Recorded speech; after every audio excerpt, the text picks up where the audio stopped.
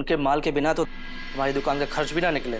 इसीलिए तो मैंने आप सबको यहाँ बुलाया है। आप लोगों का मुझसे एक पुराना रिश्ता है, इसलिए आपका नुकसान मेरा नुकसान। मुझे एक अंदर की खबर पता चली है। खबर यह है कि चौहान इंडस्ट्रीज का एक नया दुश्मन मार्केट में उतरने वाला है, और जिस किसी ने भी इस दुश्मन का साथ दिया, यानी कि उसका माल अपनी दुकान पे रखा, चौहान इंडस्ट्रीज उस दुकानदार को बॉयकॉट करके हमेशा हमेशा के लिए बैन कर देगी।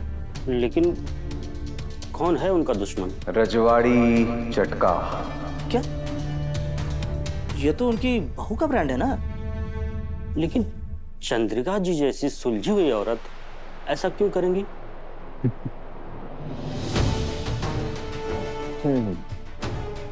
सही कहा आपने। तो चंद्रिका जी की बहू होने की वजह से उन्होंने कैसे कैसे आपकी मदद की? वो तो कभी किसी की सिफारिश ना करे। इसका मतलब उन्होंने आपकी कोई मदद नहीं की ना। आप नेशनल टीवी पर ये एक्सेप्ट कर रही हैं कि चंद्रिका सिंह चौहान और आपके रिश्ते बिगड़े हुए हैं और इसीलिए उन्होंने बिजनेस में आपकी कोई मदद नहीं की। आप सब लोग खुद ही देख लीजिए कैसे इस लड़की ने चंद्रिका आंटी का नाम टीवी पे उछाल दिया, घर की बातों को दुनिया के सामने लाकर तमाशा बना दिया। चंद्रिका आंटी इसे अपनी बहू की बेवकूफी समझकर एक बार को माफ कर भी दे, पर मैडम जी तो अपने ससुराल वालों के खिलाफ मार्केट में उतर गई। अब फैसला आप लोगों को करना है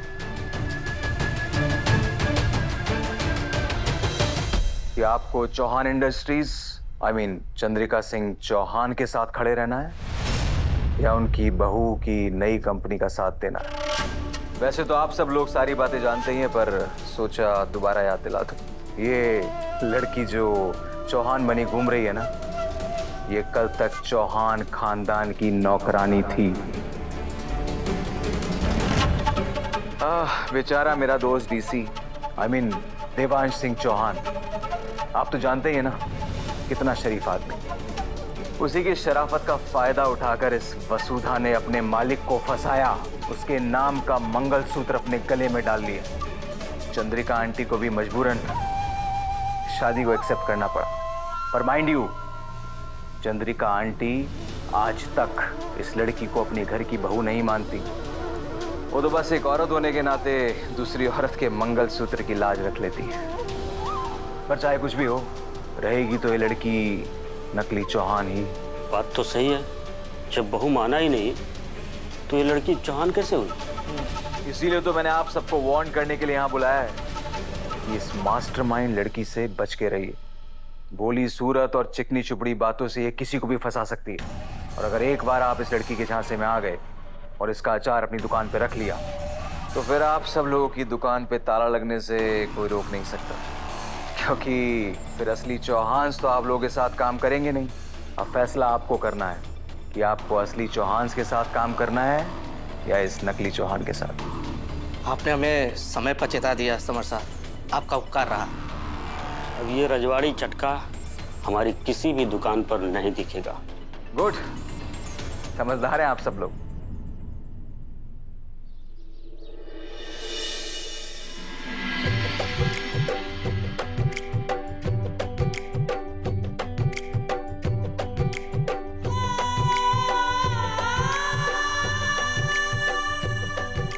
आज से थारी और हमारी किस्मत एक हुई।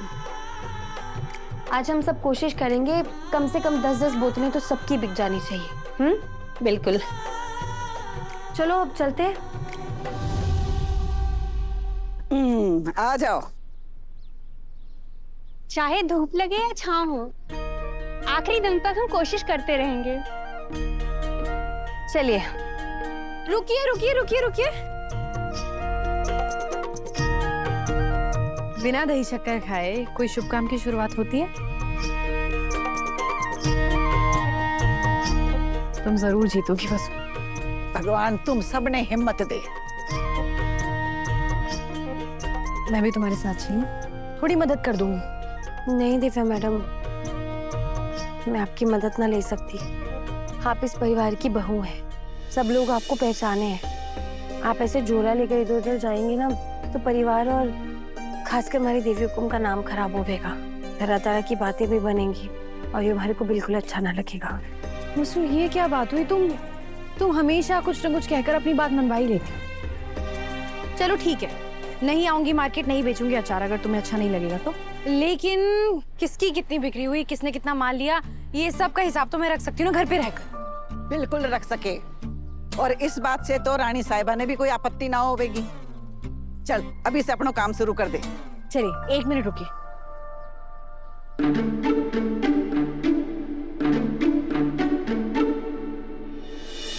तो ये रही हमारी हिसाब वाली डायरी। अब मैं इसमें सबका नाम लिख देती हूँ और सब अपने अपने नाम के आगे लिख देंगे किसने कितनी बॉटल्स लिए। और फिर शाम को जब आप लोग घर लौटेंगे ना, तो इसी किताब से हम लोग टैली करेंगे, ठीक है? चलो।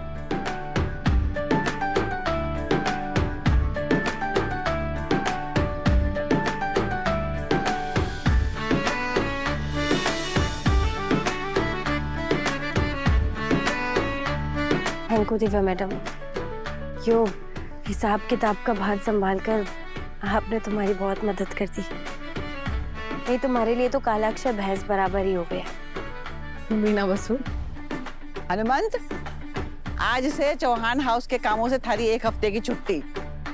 थारो जो मन में आए कर, जिसके साथ जानो है जा, बिक्री पूरी होनी चाहिए, समझ गए हो? समझ गया माँ जी हुकुम। आज से 1 हफ्ते तक हमारी ड्यूटी रजवाड़ी चटका वालों के साथ फिक्स।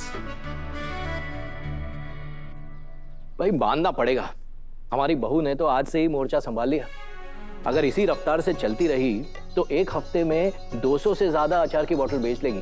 भाई साहब, मैं तो कहता हूँ कि आज के आज ही 20 नहीं 30 तो टच कर ही लेगी। हाँ, अरे 20 ना 30, आप सबकी चाहिए थी लड्डू लेकर आवेगी, लड्डू मतलब 0। उस नौकरानी के हाथ का बना हुआ अचार कोई ना खरीदेगा। लगी 10-10 हजार की शर्त। 10 हजार की क्यों, 50 हजार की शर्त लगाओ। 50 हजार? अरे इतने में तुम्हारे हफ्ते भर की ऑनलाइन शॉपिंग हो जाएगी। लेकिन पहले पूरी शर्त सुन लो, अगर तुम जीती तो तुम्हारी 50,000 की ऑनलाइन शॉपिंग मुफ्त, और अगर हारी। अरे हारने का तो सवाल ही ना है। अरे पहले पूरी शर्त सुन लो, अगर हारी तो पूरे परिवार का 3 टाइम का खाना बनाना पड़ेगा। ठीक है, बात पक्की, लेकिन बाद में पलट ना जाना। चांस है, पलटने का तो सवाल ही पैदा नहीं होता।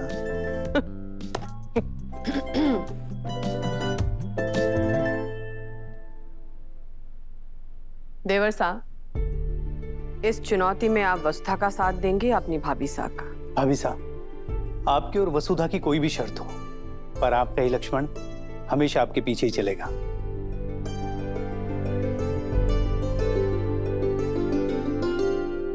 तो फिर आप वसुधा पर नजर रखिए। जो शर्त लगी है उसमें किसी भी तरह की कोई बेईमानी नहीं होनी चाहिए। जी भाभी साहब, बिल्कुल। चंद्रिका, तुम भी अच्छी तरह से जानती हो कि वसुधा कभी कोई बेईमानी नहीं कर सकती, फिर ये शक क्यों? बिल्कुल सही कह रही है भाभी साहब। वो वसु अपना काम जमवाने के लिए कुछ भी कर सके, कुछ भी। हमें वसुधा पर पूरा भरोसा है। हम अच्छी तरह से जानते हैं कि वो कभी भी कोई भी बेईमानी नहीं करेगी, लेकिन हम ये भी चाहते हैं कि ये चुनौती बिल्कुल निष्पक्ष हो, क्योंकि बात सिर्फ 200 अचार की बोतलें बिकने की नहीं है, बात वसुधा की जिंदगी की है, उसके भविष्य की है। ये चुनौती उसकी जिंदगी की दिशा तय करेगी, इसीलिए ना 1 बोतल कम, ना 1 सेकंड ज्यादा। तो देवर साहब, आप हमारी तरफ से चेक करेंगे ना? बिल्कुल भाभी साहब।